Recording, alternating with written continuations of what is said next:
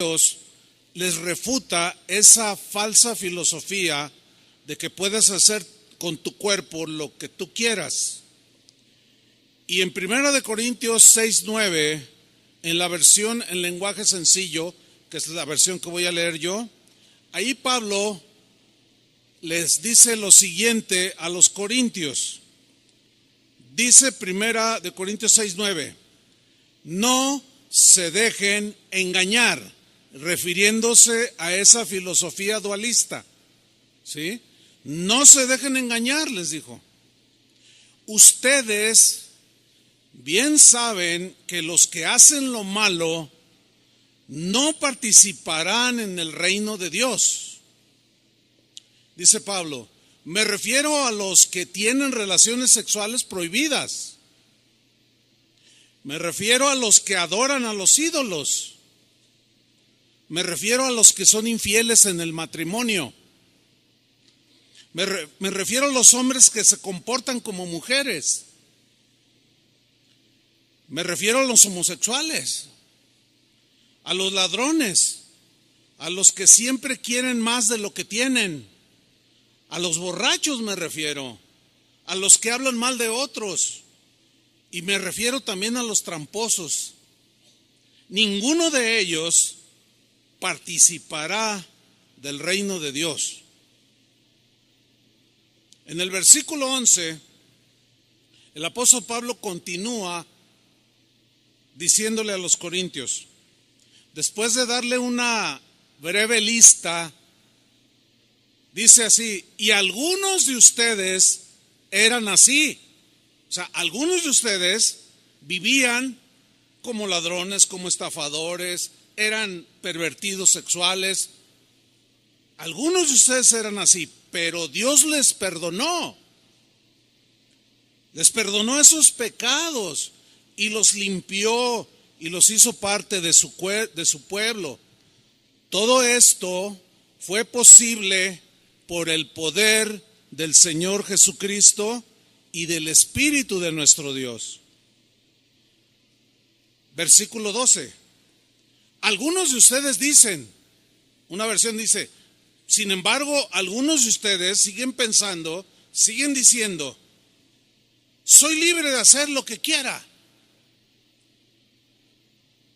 Así decían algunos cristianos, soy libre de hacer lo que quiera. Y Pablo le responde, claro que sí, pero no todo lo que uno quiere nos conviene. Y por eso, hablando de sí mismo, no permito que nada me domine a mí. Yo tengo control sobre mi cuerpo. Y enseguida les dice la razón del por qué. Versículo 13. También dicen, la comida es para el estómago. Pues sí, lógicamente, ¿no? Pero ellos se referían a comer y comer con la gula, pues. Sin medida alguna. La carne pide, pues hay que darle. La comida es para el estómago, dicen algunos, y el estómago es para la comida. Claro que sí, pero Dios va a destruir las dos cosas, el cuerpo y la comida. O sea, el cuerpo tiene que morir. Entonces, ¿para qué es el cuerpo? Dice Pablo, en cambio, el cuerpo no es para que lo usemos en relaciones sexuales prohibidas. No, dice. Al contrario, debemos usarlo para servir al Señor, pues nuestro cuerpo es de Él. ¿De quién es tu cuerpo? ¿A quién le pertenece todo tu ser? Díganlo fuerte. Muy bien. Los corintios, como estaban sumergidos en esa teoría del dualismo, seguían practicando ese tipo de cosas. Y Pablo les dice, no se equivoquen, no se equivoquen. No. Nadie que haga eso va a participar del reino de Dios. En el versículo 15 dice así, ustedes saben que cada uno de ustedes forma parte de la iglesia. Ahora ya sabían ellos, así como nosotros que formamos parte de la iglesia, que es el cuerpo de Cristo. Y dice Pablo, No está bien, no es correcto que una parte de ese cuerpo o algún cristiano, alguna cristiana, no está bien que una parte de ese cuerpo de la iglesia de Cristo se junte con una prostituta. No, dice, no está bien. 16. Pues al tener relaciones sexuales con ella, se hace uno con ella. Así lo dice la Biblia o las Escrituras. Los dos serán una sola persona, una sola carne. El asunto con las relaciones sexuales que están permitidas por Dios es dentro del marco del matrimonio. Fuera del matrimonio, cualquier relación sexual de cualquier tipo está rechazada por Dios. Es inadmisible delante de Dios. ¿Por qué? Fíjense lo que dice en el versículo 17. En cambio, quien se une con el Señor se hace uno solo, un solo cuerpo espiritual con Él. Aquí Jesús está diciendo, Pablo está diciendo que cuando un hombre, en este caso un cristiano, se junta con una prostituta, se hacen una sola carne. El asunto con la relación íntima es que, ¿por qué dijo Dios que se hace uno solo? O sea, hay una unidad no solo física, sino también espiritual. Y hay una transmisión, esto es espiritual, hay una transmisión de espíritu o espíritus que estén imagínate, una prostituta que ha pasado por 1000 hombres. Imagínate, va un hombre, un cristiano, tiene relaciones con una prostituta. Imagínate todo lo que se le transmite de 1000 hombres con la que estuvo esta mujer. Por eso es que la relación matrimonial es sagrada y está en el marco del matrimonio. Porque hay una unidad no solo física, sino también espiritual. Y hay algo que se transmite, así como físicamente se transmite, también espiritualmente. Y los corintios, como decían, que el cuerpo pues había que darle lo que pide, Pablo dice, no pueden ustedes estar haciendo esto. Porque cuando uno se une con el Señor, es uno con Él. ¿Y a poco no hay una transmisión del Espíritu de Dios a nosotros? ¿Verdad que sí? Y la relación con Él es espiritual y también transmitimos, ¿sí? Dice el versículo 18, no tengan relaciones sexuales prohibidas. No, dice Pablo. Ese pecado, lean con atención, ese pecado de relaciones sexuales prohibidas le hace más daño al cuerpo humano, que cualquier otro pecado. ¿Leyeron bien? Le hace más daño que cualquier otro pecado. El cuerpo de ustedes, dice Pablo, es como un templo. Y en ese templo vive el Espíritu Santo que Dios les ha dado. Ustedes no son sus propios dueños. Cuando Dios los salvó, en realidad los compró. Y el precio que pagó por ustedes fue muy alto. Por eso deben dedicar su cuerpo a honrar y agradar a Dios. ¿Qué les pareció esa lectura bíblica? Clarísima, ¿no es cierto? Pablo les enseña a los corintios que el cuerpo de cada cristiano es el templo del Espíritu Santo.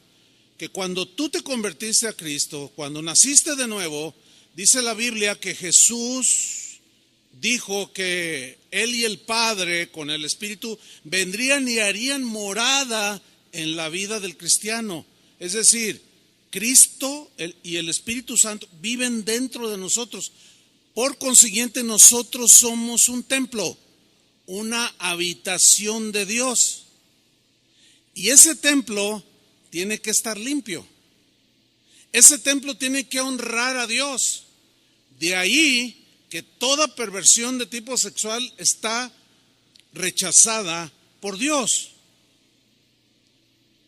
Por eso es que Pablo también les escribió a los romanos en la misma línea acerca del cuerpo, porque los romanos también estaban muy influenciados por la cultura griega y entraban esas filosofías, esos pensamientos, y de ahí les escribió el capítulo 12, versículo 1 que leímos al principio de la carta a los romanos, que dice así, lo voy a leer de nuevo.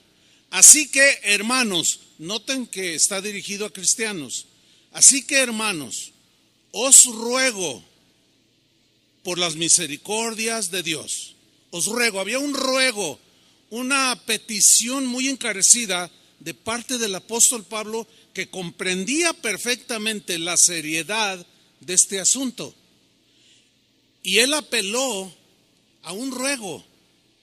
Porque como veremos más adelante, es algo voluntario. Y él les rogaba, y él aludió a las misericordias de Dios, que son nuevas cada mañana, que por su misericordia no hemos sido consumidos.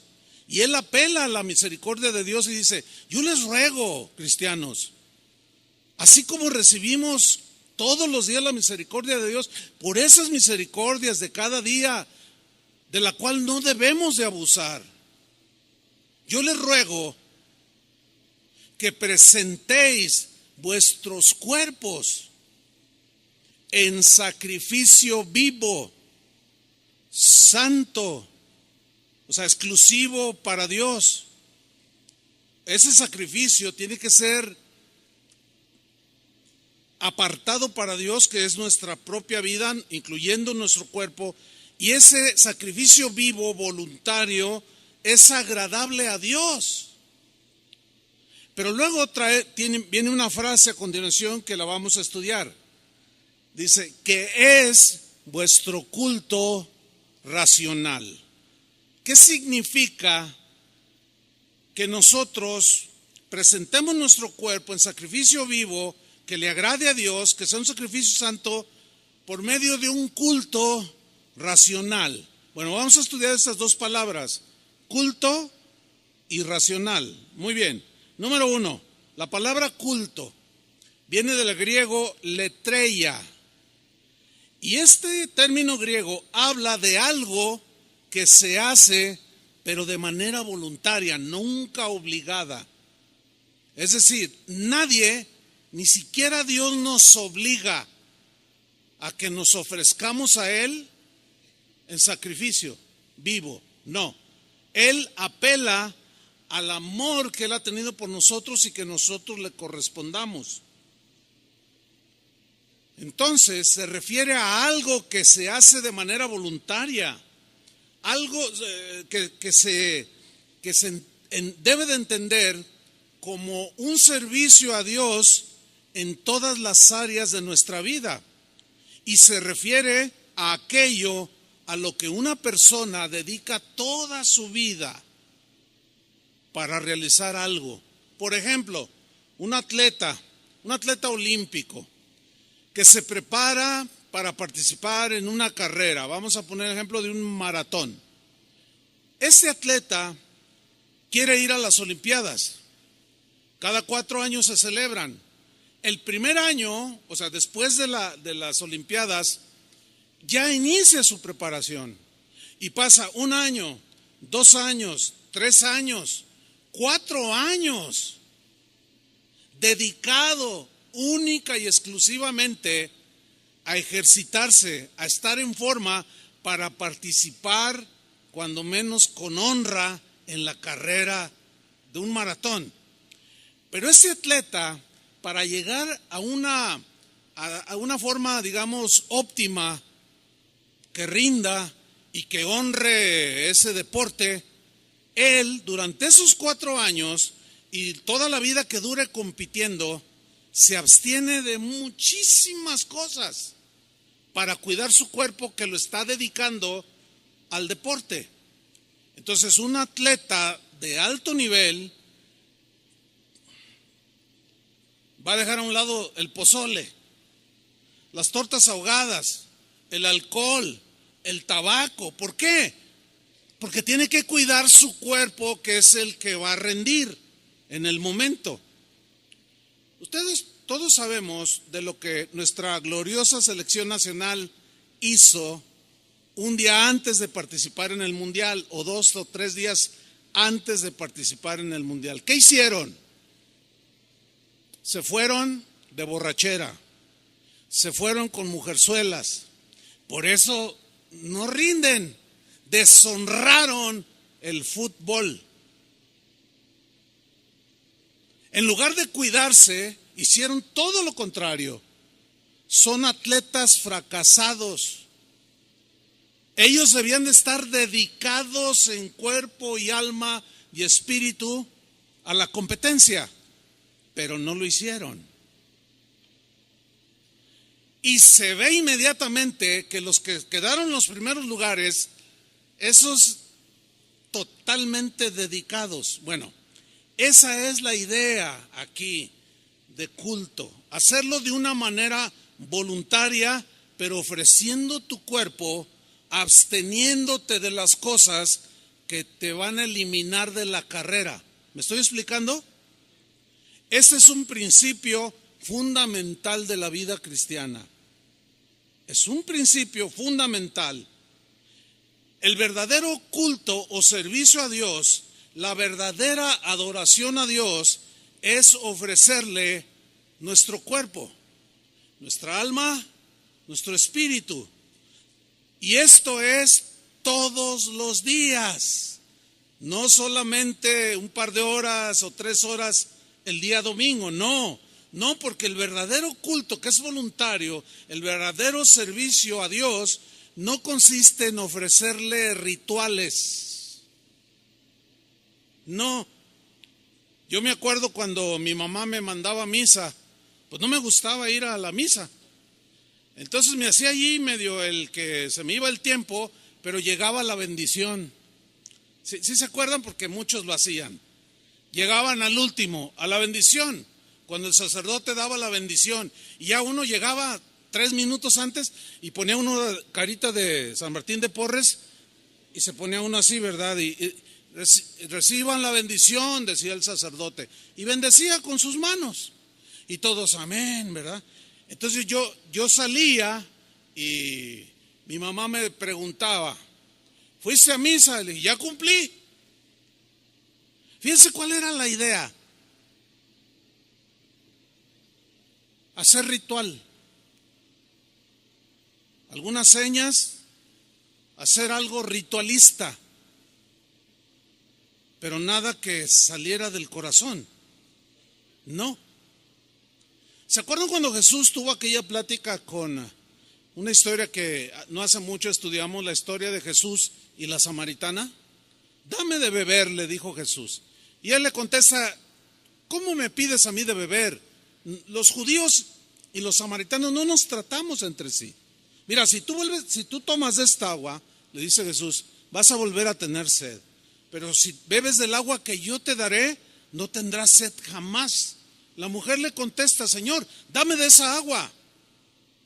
Y Jesús le dice, ¿quieres de esta agua? Sí, Señor. Ve y llama a tu marido y ven acá. Y la mujer le contesta, bueno, no tengo marido. Y Jesús le dice, bien has dicho, no tengo, porque 5 has tenido. Y el que ahora tienes no es tu marido. Vives en un amaciato, en una relación que implica relación sexual prohibida por no estar casados. Entonces la mujer se sorprende de que Jesús sabía su vida. Y enseguida ella, de manera, pues como cualquiera de nosotros, como lo hacíamos, ella le cambia la plática a Jesús y le dice, nuestros padres adoraron en este monte. Ustedes dicen que en Jerusalén debe de adorarse, pero nosotros decimos que es acá en este monte.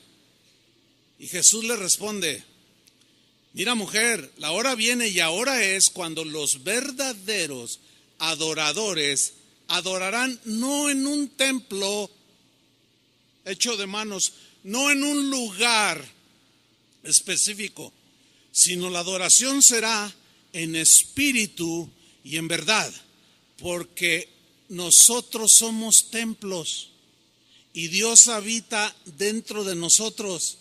Y la adoración a Dios es de corazón, de espíritu, incluye el cuerpo, pero es una adoración y un servicio a Dios cotidiano, de todos los días, no es un ritualismo. Esta mujer pensó que ya cumplía con Dios con ir al templo a orar o a cantar algunos salmos, pero había pasado por los brazos de 6 hombres. Pero ella pensaba que haciendo ritual o rituales, Dios se iba a agradar de ella. Hay mucha gente que sigue pensando igual, así como los corintios que tenían muy arraigada la filosofía del dualismo. Así hay mucha gente aquí en México, ya no estoy hablando de otros lugares, que cuando llegaron a Cristo traen una mentalidad de rito, de ritos, de cosas que hacemos, y llegamos a caer en el error de decir, ya cumplimos. Yo me acuerdo que yo cumplía, pero después mi mamá me decía, oye, te llamó por teléfono, te buscó uno de tus amigos. Ah, sí, bueno, ahorita vengo, ya me voy. ¿A dónde voy? Pues voy con ellos. ¿A dónde cree? Pues a tomar. Y yo pensaba, estaba engañado, que con hacer acto de presencia a la bendición ritualista, ya todo iba a estar bien, nada más lejos de la verdad. ¿Ustedes creen que haya cristianos que van a iglesias cristianas como esta, que vienen para cumplir? Sí. Es probable que esté viendo algunos,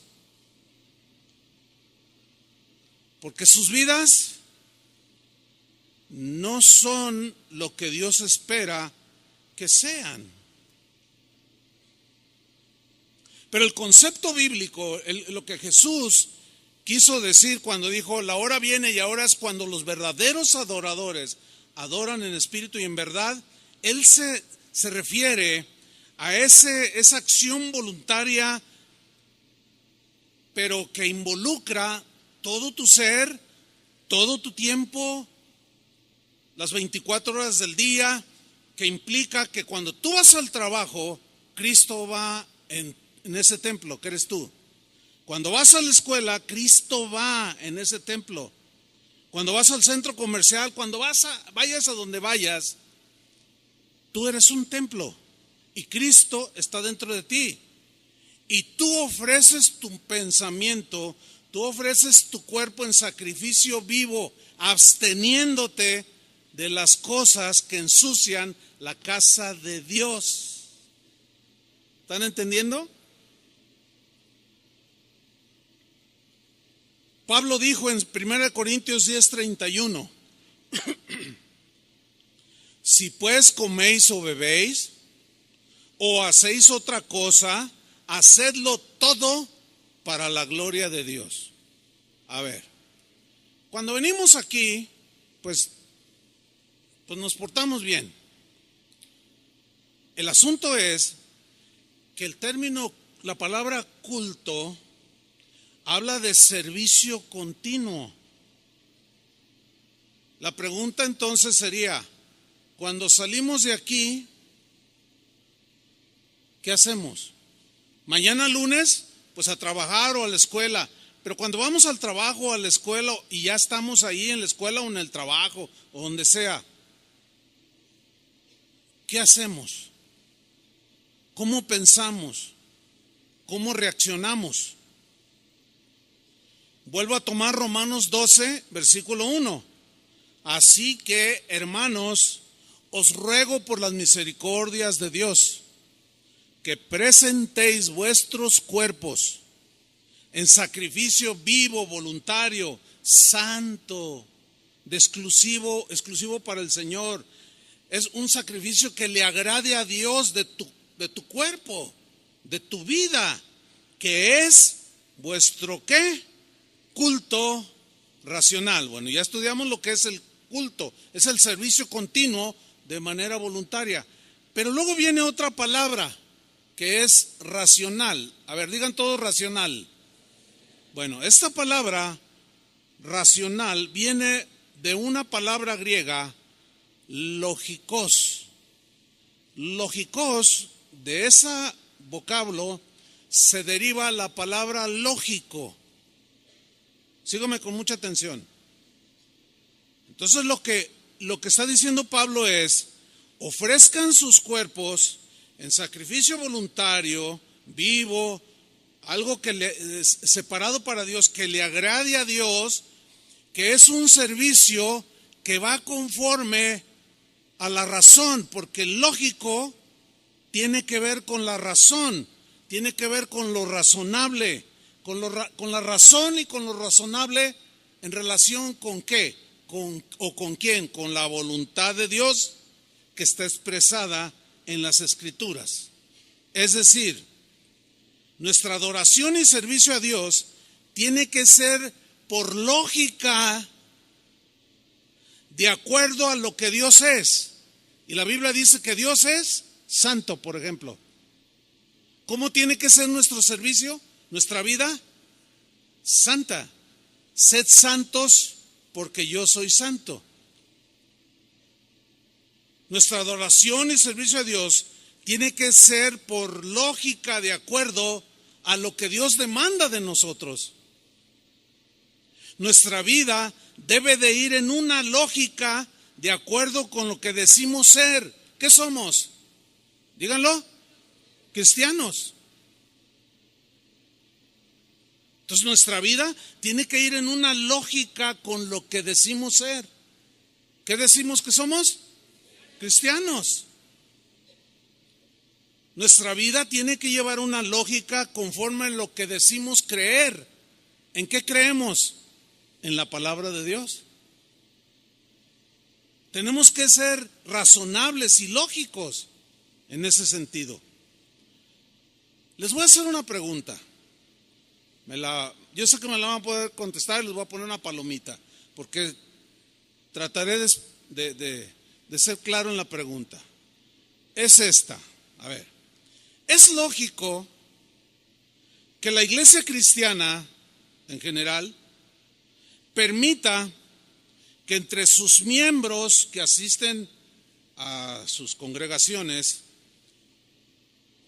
permitan la inmoralidad sexual en cualquiera de sus expresiones, como homosexualismo, lesbianismo, transexualismo, zoofilia, necrofilia, pederastia, matrimonios entre personas del mismo sexo? ¿Es lógico que la iglesia cristiana permita estas conductas en sus miembros? No. No es lógico. No es un culto racional, no es un culto lógico, conforme a lo que decimos ser. Si no eres cristiano, tú andas en tu lógica. ¿Me explico? Tú dices, no, pues qué, si a mí me gusta un hombre, yo me meto con él y qué. Está bien, tú eres lógico, al menos eres congruente, porque haces lo que piensas. Pero en el caso de nosotros, los cristianos, no es lógico aceptar este tipo de prácticas, porque no van de acuerdo a lo que Dios ha dicho, ni van de acuerdo con lo que Dios pide y demanda de nosotros. Ahora, síganme con mucha atención. Escuchen bien. No podemos evitar, de ninguna manera, nosotros los cristianos, no podemos evitar que la gente que no conoce a Dios acepte y promueva este tipo de desviaciones. No podemos evitarlo. Porque si no conocen a Dios, es imposible hacerlos que cambien sus conductas. Resultaría para ellos ilógico que tú llegues y le dices, ¿sabes qué? Pues tener una mujer fuera de tu matrimonio, aparte de tu esposa, es algo que no le agrada a Dios. ¿Cuándo han visto que dicen, ay, de veras, ay, no, pues ya la voy a dejar? Porque eso es ilógico para ellos. Dicen, no, pero a mí me gusta, yo tengo con qué mantenerla. No, pero no le agrada a Dios, y a mí qué me importa, dicen. Yo vivo mi vida y nadie me va a decir lo que yo quiera hacer. Filosofía dualista, porque hacen de su cuerpo lo que quieren. Pero para nosotros es imposible hacerlos que cambien de conducta. Por más pancartas que les pongamos enfrente, rechazando el aborto, seguirán abortando. Por más pancartas o manifestaciones que hagamos diciendo que no estamos de acuerdo con el matrimonio entre un hombre con un hombre, una mujer con una mujer, por más que protestemos, brinquemos, gritemos, la gente seguirá viviendo conforme a su lógica. ¿Sí o no? La única manera en que una persona puede cambiar su vida desastrosa, desviada, depravada, a una vida que agrada a Dios es cuando escucha el Evangelio, se arrepiente de sus pecados son lavados, borrados, nace de nuevo y entonces es una nueva criatura. Ahí ya el Señor empieza a santificarlo, a limpiarlo de toda la basura que traía cuando llegó a los pies de Cristo. Esa es la única manera. Por consiguiente, ¿cuál es la solución para que la gente que no conozca a Dios cambie de conducta? ¿Alguien me puede decir? Predicarle el Evangelio. No andando en protestas ni gritando cosas. No, predicándoles el Evangelio.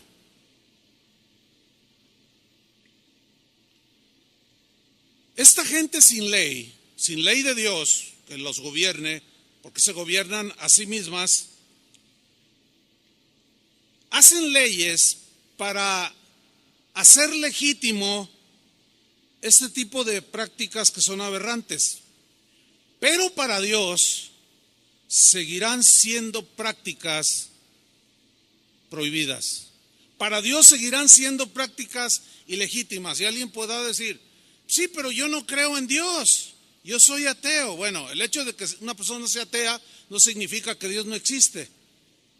Además, como alguien dijo sabiamente, mira, en realidad no hay ateos, porque en cuanto se mueren se les acaba lo ateo, porque van directamente a donde ellos oyeron que había un lugar. Esta gente sin ley promueve hacer legítimas prácticas que Dios rechaza.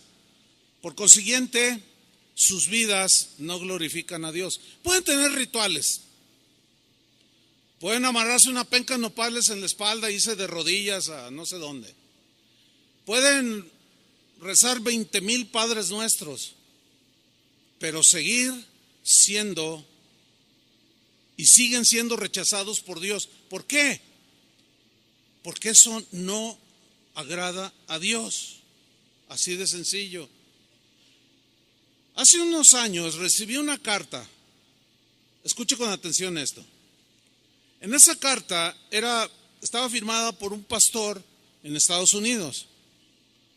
Y la carta decía: estamos los pastores aquí en esta parte de Estados Unidos y creo que el mundo entero debería estar muy contento de que haya salido a la luz toda esa corrupción de inmoralidad que los sacerdotes en la Iglesia Católica han cometido a través de los años. Tantas violaciones de niños inocentes. ¿Saben de lo que estoy hablando, no? No es para nadie escondido esto. Esto ha sido un escándalo que la Iglesia Católica ha tenido, de que guías de ellos, sacerdotes católicos, hayan abusado de tantos niños inocentes. Ese es algo aberrante delante de Dios, ¿sí o no? ¿Cuánto niño inocente, cuánto niño traumado hoy ya, gente adulta, muy afectada por esos abusos sexuales? Eso se llama pederastia, relaciones sexuales con niños, de mayores con niños. Bueno, en países como Alemania, como Suecia, como Holanda, Canadá, están promoviendo una ley donde se apruebe la pederastia. O sea, los depravados están legitimizando sus prácticas aberrantes por medio de leyes que ellos mismos formulan y escriben. Entonces yo le contesté a este pastor, pues sí, es bueno que salga a la luz para que de alguna manera se pueda detener eso. Y luego yo le escribí cuando le contesté y le dije, oye pastor, pero también dentro de la iglesia cristiana hay muchas cosas que están sucediendo. Hay casos de pastores que han tocado a niños. Por eso fíjense bien a qué iglesia van. ¿Y dónde dejan sus niños? Nosotros tenemos mucho cuidado de los maestros que trabajan con los niños. También en las iglesias cristianas se dan este tipo de cosas. ¿Por qué? Porque se meten los corintios. ¿Entendió, verdad? Con sus filosofías, con sus cosas depravadas. Y se dan un montón de aberraciones. En la carta decía, ojalá y se haga una película de estas aberraciones. Entonces yo le puse, pastor, pues también había que hacer una película de lo que pasa en muchas iglesias cristianas el día de hoy. ¿Cuánto cuesta una película? Cuesta mucho dinero hacerla. Y yo tenía unos ahorros ahí y le dije, mira, yo pongo $5,000, le puse ahí en la carta, para hacer una película de lo que pasa dentro de las iglesias. Que muchos ya están congeniando con todas esas prácticas y las legitimizan con la misma palabra de Dios. Eso es lo más aberrante. Todavía es peor que aquello, lo que sucede aquí adentro de las iglesias cristianas. ¿Por qué? Porque nosotros decimos que somos cristianos de la Biblia, que conocemos la Biblia. Por eso Pablo instruyó a los cristianos en Corinto, pero también a los romanos, que es el texto que estamos estudiando. Romanos 12:2. Continúa el apóstol Pablo y dice, no os conforméis a este siglo. ¿Qué significa esa frase? No se conformen a este siglo. Siglo tiene la connotación o la idea de gente del mundo, gente que no conoce a Dios. Ahora, la instrucción es, no se conformen a la gente, a cómo vive la gente de este mundo, la gente que no conoce a Dios. Ahora, aquí la palabra conformarse viene del griego susquematizo. Ahí aparece en la pantalla, para que me siga con atención. Susquematizo es la palabra que se traduce por conformarse. No se conformen. Pero de este susquematizo se deriva una palabra que en castellano ya es más entendible para nosotros, que es la palabra esquema. Bien, ¿qué es un esquema?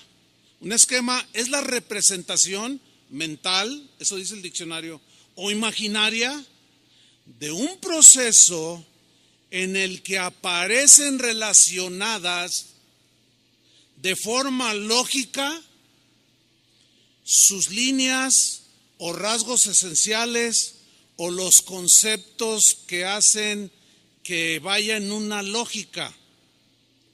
Se los voy a explicar. Conformarse,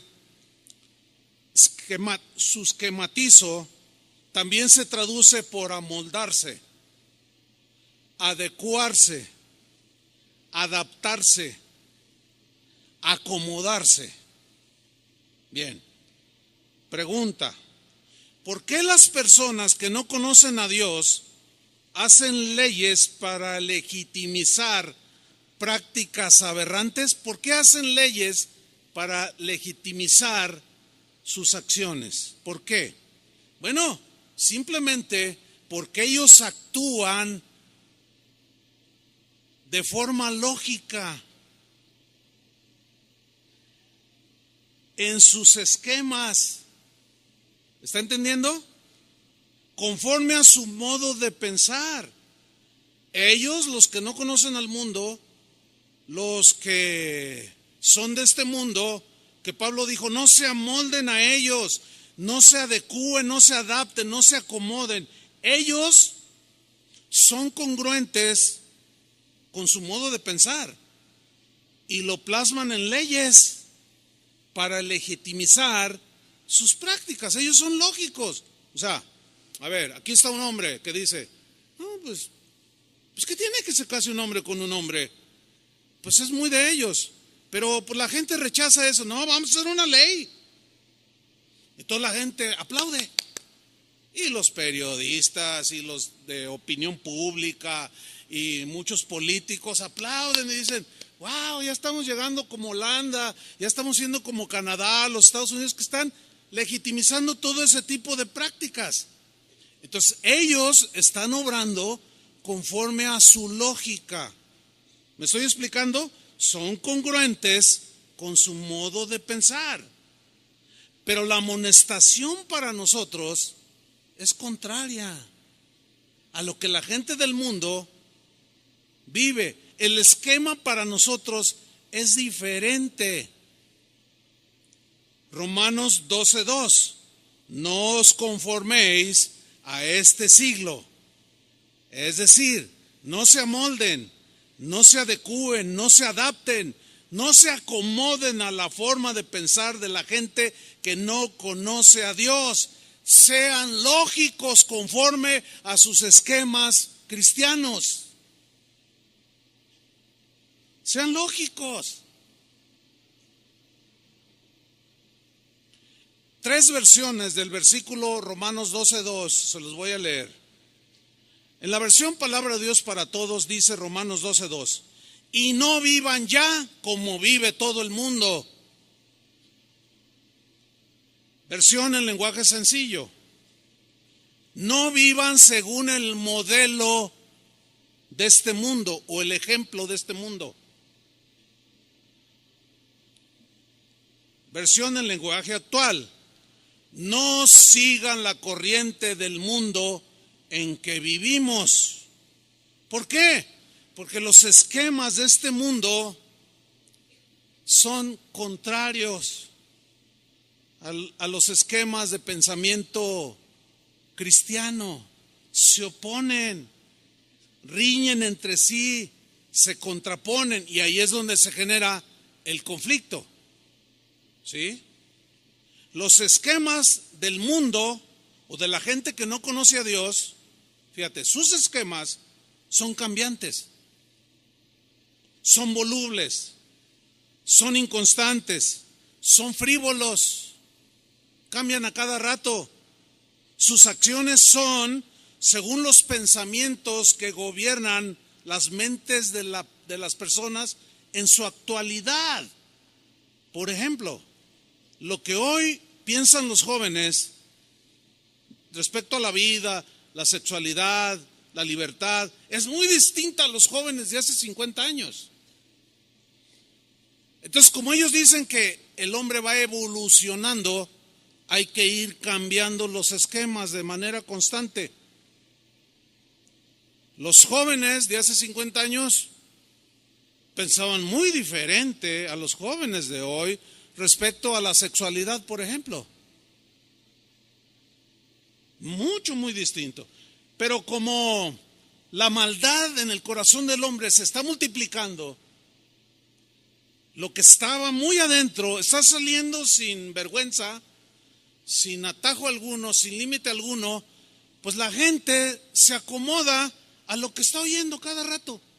Ah, no, pues sí tiene razón. Sí, de verdad, pues sí que tiene. ¿Qué importa? Cada quien hace de su vida lo que quiere. Y ahí tenemos a una joven, hija de una madre, que cuando esta madre era joven, jamás por aquí le pasó la idea de un aborto. Pero su hija dice cosas como, yo soy dueña de mi cuerpo y puedo hacer lo que yo quiera con mi cuerpo, dice ella. Bueno, ella está obrando conforme a su lógica. Pero lo que pensaba su mamá hace 50 años con lo que piensa su hija hoy es muy distinto. Por eso es que los esquemas del mundo cambian cada rato, ¿sí? Son frívolos, volubles, cambian. Pablo está diciendo a los cristianos, Pero ustedes no se amolden, no se adecúen, no se adapten, no se acomoden a los esquemas cambiantes de este mundo. No traten de estar siempre a tono con todos los pensamientos y las conductas de la gente que no conoce a Dios y que vive en este mundo. Es como si Pablo dijera, no sean como los camaleones. ¿Sí conocen ese animalito? Que tiene unas habilidades extraordinarias. ¿Cuáles son? Bueno, pues entre otras, de que cambia el color de su piel según el entorno en el que está para estar igual al ambiente que lo rodea. Si está en un árbol que está en ese momento de color verde intenso, él se pone verde. Si está color marrón, así de otoño, pues el camaleón se pone de ese mismo color.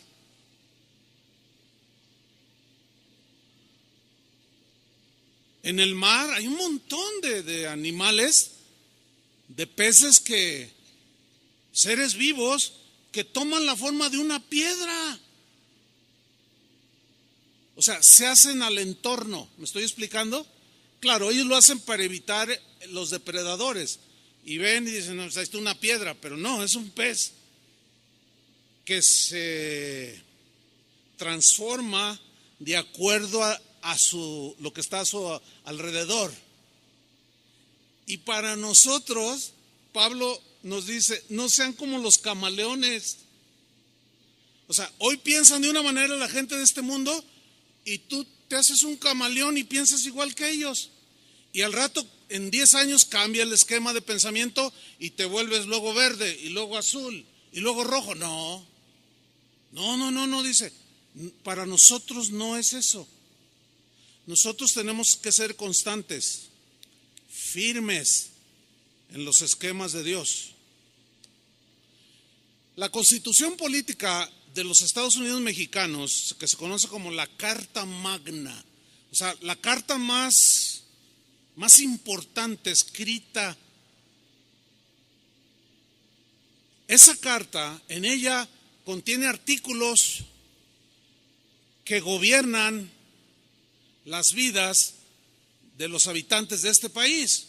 Nosotros tenemos que sujetarnos a la Carta Magna o a la Constitución. Cuando usted oye hablar a los políticos, conforme a derecho, dicen, conforme a la Constitución, dicen. Bueno,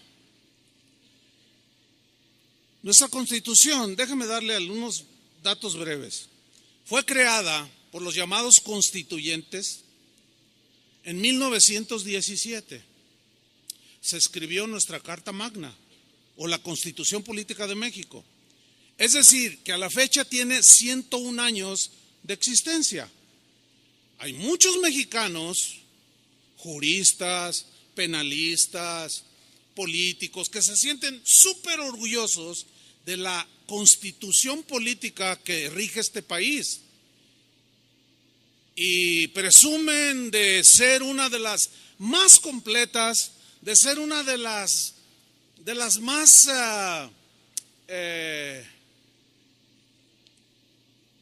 plenas en cuanto a las leyes que de allí emanan para gobernar a los mexicanos. Y ellos se sienten muy orgullosos. Inclusive se menciona de continuo que muchos países han tomado nuestra Carta Magna, nuestra Constitución, como ejemplo para ellos desarrollar su propia Constitución, inspirados en la nuestra. Bueno, déjenme decirles algo. Les voy a leer un breve artículo que tomé del diario Milenio respecto a la Carta Magna. Estamos hablando de que los esquemas del mundo son cambiantes. O sea, la gente cambia, que hay que cambiar. Vamos a ver qué dice este artículo tomado del diario Milenio. Dice así: la Constitución vigente ha tenido más de 700 cambios, más de 700 reformas que han modificado el texto original. ¿Qué le parece? Dice, esto es normal. Fíjate, esto es normal. Esto es algo natural si se reflexiona sobre las necesidades, sobre los pensamientos que se plantearon en el México de 1917 y las necesidades que hoy tienen los habitantes del México actual.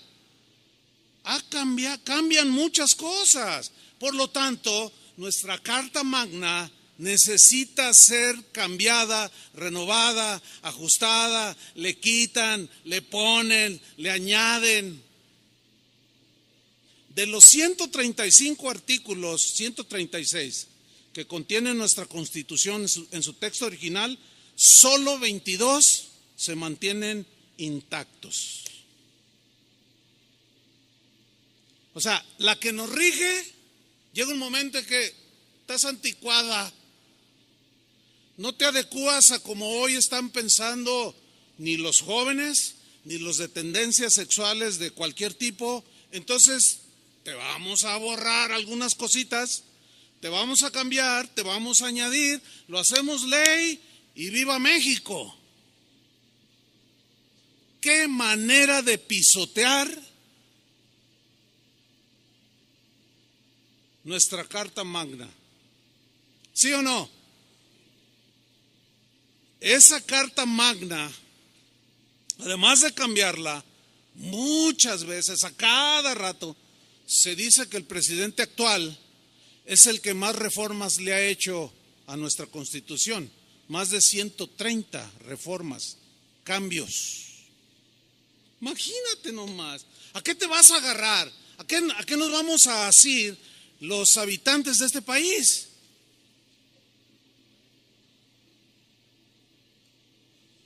Bueno, es que la gente de este mundo está actuando conforme a su lógica.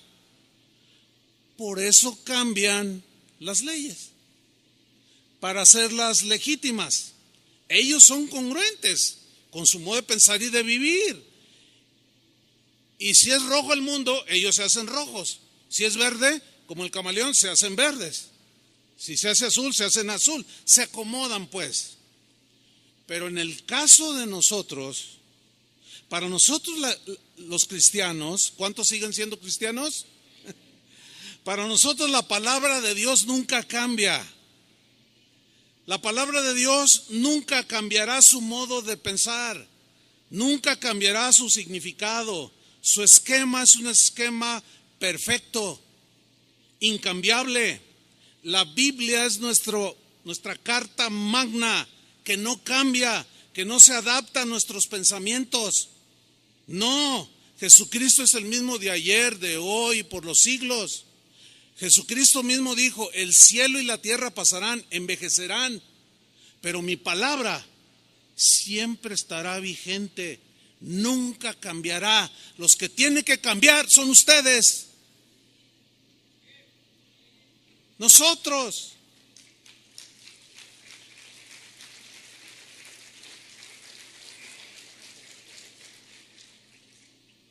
Desgraciadamente muchos cristianos hoy están pisoteando la Carta Magna que nos dejó el Señor y la están cambiando a su antojo. Le dan una interpretación lejísimos de lo que realmente significa. Eso es lo grave de estos tiempos. No podemos darnos el lujo nosotros de pisotear la Carta Magna, de pisotear la palabra de Dios y darles nuestro significado o nuestras prácticas, tomar versículos de la Biblia, cambiarles el significado y legitimizar nuestras prácticas que son desagradables delante de Dios. ¿Sabía usted que el día de hoy iglesias que se dicen cristianas como esta están ordenando pastores homosexuales? ¿Sabía? Pues ya lo sabe. ¿Sabía que hay iglesias cristianas como esta que están casando parejas de homosexuales, lesbianas, que están permitiendo prácticas aberrantes de inmoralidad sexual? Que los miembros de esas iglesias hacen lo que quieren y nunca los amonestan, porque dicen ellos, no, es que tenemos la libertad cristiana. Y si alguno se suicida, se va al cielo, no pasa nada. ¿Qué está pasando, hermanos? Pues yo quiero decirles algo con contundencia. Con la gracia de Dios nos vamos a mantener en la palabra de Dios. A algunos no les va a gustar porque ya se hicieron camaleones al mundo. Hace un rato que yo leía las escrituras de 1 de Corintios capítulo 6, algunos hicieron sus gestos porque no les gusta. Ay, sí, ¿a poco? Bueno, vive tu lógica. Vive tu culto racional. O sea, conforme a tu lógica. Pero como dijo Josué, yo voy a servir al Señor y todos los que me sigan, mi casa y quien sea. No pretendemos cambiar ni pisotear la palabra de Dios. El día de hoy ya no se sabe distinguir una iglesia de un centro nocturno. Hace poco una señora me escribió y decía: ay, pastor, acabo de llevar una decepción, me cambié de país, busqué una iglesia cristiana, me dijeron, por ahí hay una. Y llego y entro y dije: ay, esto es una cantina. Y le dije: pero ¿cómo? Dice: sí, pero yo me salí, pero luego decía Centro Cristiano X, ¿no? Dice: pero tenían mesas adentro, estaban adentro, estaban a media luz, era una iglesia. Y yo pregunté: ¿es una iglesia? Es una iglesia. Oiga, pero ay, qué gente bien rara. Es que aquí somos incluyentes, aquí nadie es discriminado. O sea, en otras palabras, aquí aceptamos tal y como eres. Nunca nadie te va a decir un mensaje que te ofenda, para que te sientas a gusto. O sea que el mundo ya entró dentro de la iglesia. Las prácticas de la gente que no conoce a Dios han entrado a la iglesia, y eso es justamente lo que dice la Biblia: que no nos conformemos, que no nos adecuemos. Y es lo que está sucediendo, hermanos. Sigo adelante. Romanos 12:2. No se conformen a este siglo, sino transformaos, dice, por medio de la renovación de vuestro entendimiento. Aquí la palabra que usa para transformaos es la palabra metamorfo. De ahí se deriva la palabra metamorfosis. ¿Se acuerdan cuando íbamos a la primaria que la maestra decía, nos daba aquellas clases de biología y decía: miren, ¿qué es esto, niños? Y todos decíamos: es un gusano. ¿Se acuerdan? Dicen: pues fíjense que no, es una mariposa. ¿Se acuerdan de esas clases? Y nosotros: no, es un gusano, está bien feo. No, entonces ya nos explicaba: mira, es que esto que parece un gusano, en realidad adentro se está formando un insecto que es bellísimo. Ustedes las conocen, niños. Y todos decíamos: ¿y qué es, maestra? Digo, es que yo me acuerdo de esas clases, ¿no? Y decía: es una mariposa hermosa con unas alas, pero adentro de ese capuchón que parece gusano está dándose una transformación, y llega el momento en que ese capullo empieza a reventar y empiezan a salir dos alas. Y luego nos ponían fotografías ahí y todos los niños: y de pronto ya salió una fotografía de una mariposa hermosísima de muchos colores. Y dice: niños, esto se llama metamorfosis. ¿Ya se acordaron? Bueno, esa es la palabra que se utiliza aquí para decir: transformaos, sufran una metamorfosis, que simple y llanamente significa cambiar de una forma que teníamos a otra, así como de gusano a mariposa. El sentido estricto es el de un cambio interno, porque lo que se ve es un gusano, pero adentro está sufriendo una transformación que se convierte en un hermosísimo insecto. La importancia que le da la Biblia a la transformación interna es fundamental.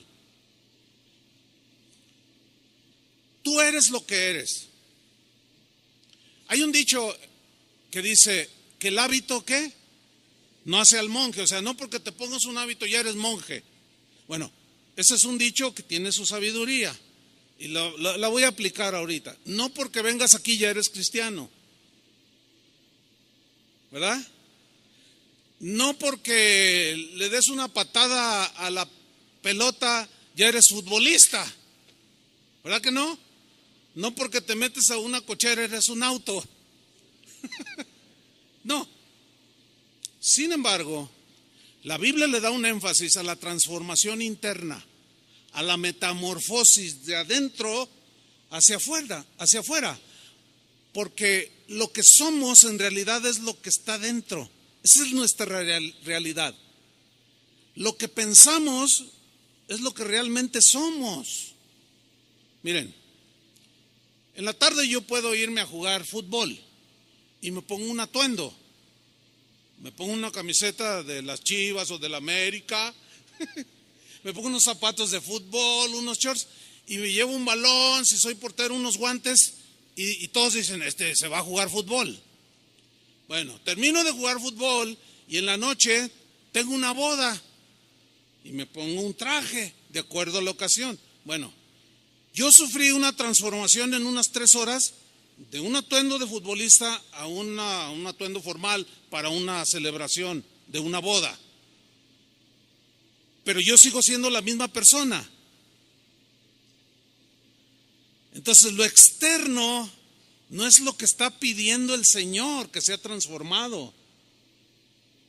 Hay algunas cosas que debemos de transformar, pero el énfasis es la transformación de dentro. Pablo dice que tenemos que experimentar un cambio, pero interno, de gusano a mariposa. Un cambio de carácter, un cambio de mente, de pensamiento, de manera de pensar y por consecuencia cambia nuestra manera de actuar. En otras palabras, un cambio lógico de acuerdo a lo que es ser un cristiano. Porque el cristiano es aquí, cuando salga, cuando se vaya a pasear con sus hijos, mañana que se va al trabajo, mañana que se va a la escuela, a donde quiera el cristiano es. El cambio pues consiste en que si antes vivíamos dominados por la naturaleza humana en su más baja expresión, en su más bajo nivel, el cambio consiste en que ahora que somos cristianos, debemos vivir bajo el control, la influencia, el impulso del Espíritu Santo, obedeciendo la carta magna, entiéndase las Escrituras, porque el cristiano es una persona que ha cambiado en su esencia. Ahora ya debe vivir una vida sin egoísmo, ya no puede vivir una vida libertina, ya no puede vivir una vida inmoral, porque ahora sabe que el esquema de Dios es que tú eres templo de Él, Dios vive en ti y tú vives las 24 horas del día, las 4 semanas del mes, el mes completo, los 12 meses del año, hasta el último día de tu vida. De manera voluntaria, tú vas a amar a Dios. De manera voluntaria vas a dedicar tu vida, tu cuerpo, tu mente, tus pensamientos en santidad, en un sacrificio vivo que le agrada a Dios, que es tu culto racional, lógico. Ahora que tú eres un cristiano, ¿cómo se da todo esto? Respuesta, por la renovación. ¿Cómo viene el cambio y la transformación? Por la renovación de nuestro entendimiento, entiéndase de nuestra mente. Porque la palabra renovación viene de una palabra griega, anakainosis, que habla de un ajuste que vamos sufriendo, de una transformación en nuestra visión moral, espiritual, que va conforme a las reglas del legislador que escribió la Carta Magna, que sí nos rige a nosotros. Es un ajuste de nuestros pensamientos a los pensamientos de Él. Mira lo que dice Isaías 55, versículo 8. Isaías 55, 8 dice: porque mis pensamientos, ¿qué? No son vuestros pensamientos.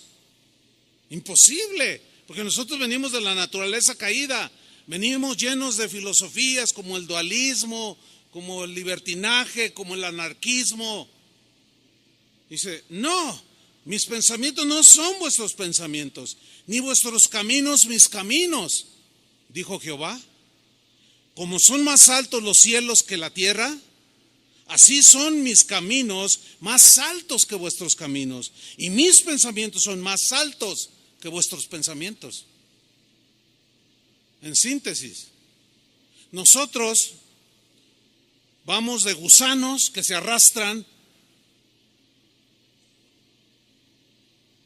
a un ser que vuela a las alturas con Dios. En síntesis, nosotros somos los que nos vamos a adecuar a los pensamientos de Dios. Nosotros somos los que tenemos que elevarnos al pensamiento de Dios. Porque Dios jamás va a cambiar su esquema como la gente anárquica, voluble, como los que cambian la Constitución de México. No, los pensamientos de Dios son de esta altura y nosotros tenemos que elevarlos. Y para poder subir, tenemos que volar. Tenemos que sufrir una transformación para aletear y volar y alcanzar los pensamientos de Dios. Eso es, mis queridos hermanos, lo que la Biblia enseña como la manera de ser transformados. Porque cuando Cristo entra en la vida de una persona, esta persona se convierte en una nueva creación. Ahora hay un hombre nuevo. ¿Cuántos hombres nuevos hay aquí? Ahora hay mujeres nuevas que son mujeres de Dios. Y esto es cuando comenzamos a tener una mentalidad diferente. Por eso es que ahora como cristianos, cuando escuchamos esas cosas, que la ideología de género, que les van a decir a los niños en la escuela, que ¿tú qué quieres ser, niño o niña? Le preguntan al niño, ¿tú qué quieres ser? Bueno, pues yo soy un niño, pero si quieres puedes ser niña. Ah, pues entonces soy niña. Entonces cuando tú oyes eso, se te paran los cabellos así. Y dices, ¿qué es eso? ¿Por qué? Porque tu mente ya se elevó al pensamiento de Dios, que nunca va a cambiar, y para Dios seguirá siendo una aberración, perversión, desviación. Y jamás debemos acomodarnos a la mente del mundo. El problema con esto es que nos va a generar agresiones. Escuchen bien lo que voy a decir. Nosotros nunca debemos agredir este tipo de personas. Hay muchas agresiones de unos y de otros, pero nosotros no debemos hacer eso. Así no es la guerra. Ellos, como simples seres humanos, merecen respeto, ¿sí o no? Nada más porque son seres humanos. Que no estamos de acuerdo con sus conductas, eso es distinto. Ahora, ellos tratan de que nosotros aceptemos su mente terrenal. No nos pueden obligar a nosotros, ¿verdad que no? No deben ni siquiera intentarlo, porque sería faltarnos al respeto. Pues de la misma manera, nosotros no podemos salir con pancartas, ni agarrar un micrófono, una entrevista en la televisión y decir un montón de cosas atacándolos a ellos. Y luego en la calle, mira, ahí van dos, y aventarles globos con agua, o aventarles algo, un jitomate. No. Déjalos que vivan en su lógica, pero tú vive en tu culto racional. Habla del evangelio, o sé tú una Biblia viviente. Sé tú alguien que con su propia manera de vivir estás diciendo a los demás que sus conductas son desaprobadas por Dios, pero te va a generar ataques. Y ahí es donde, hermanos, no se dejen vencer. Ahí es donde tienen que ser valientes, porque se dan casos de que estás en tu trabajo y alguien comienza a contar un chiste, pero de esos rojos, delante de señoras, jovencitas, delante, no les importa ya a la gente ahora. Como yo anteriormente les mencioné, antes cuando había una entrevista, algo en la televisión, alguien decía una grosería, una palabra altisonante, le ponían un pip y ahora ya lo quitaron. Hasta en los comerciales ya. Entonces la gente ya se le hace normal y al rato ya se le hace normal y de pronto empiezas a hablar como ellos. Y cuentan el chiste rojo y tú para no sufrir la agresión o para no sufrir la vergüenza de decir que eres cristiano, te ríes a carcajadas. Tú, échate otro. Cuando alguien hace eso, cuando alguien dice cristiano, hace eso y después a las 2 horas ve llorando al que contó el chiste porque le mandaron un telefonazo de que su hijo lo atropellaron y tú te acercas, oye mira, déjame decirte, es que fíjate, yo soy cristiano y te va, ¿qué? Yo también. No, pero yo soy cristiano. Nunca vio la diferencia. No hay autoridad, se nos cae la autoridad. Cuando nos amoldamos a ellos y luego les queremos compartir de Cristo, no nos van a hacer caso, nos tiran a locos.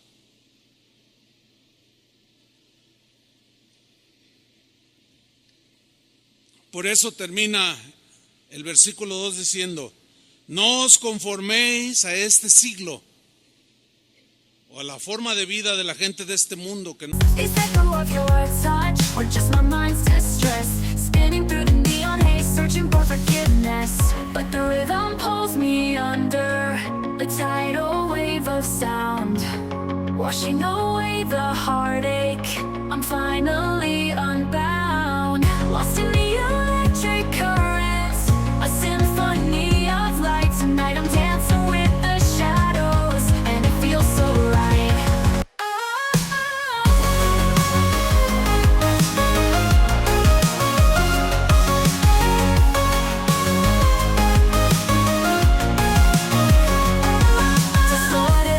In the chrome and steel, a million faces, yet I still don't feel real. Chasing after something I can't define, lost in the labyrinth of space and time. This feeling's caught inside my chest, a kaleidoscope of doubt, I haven't found my rest.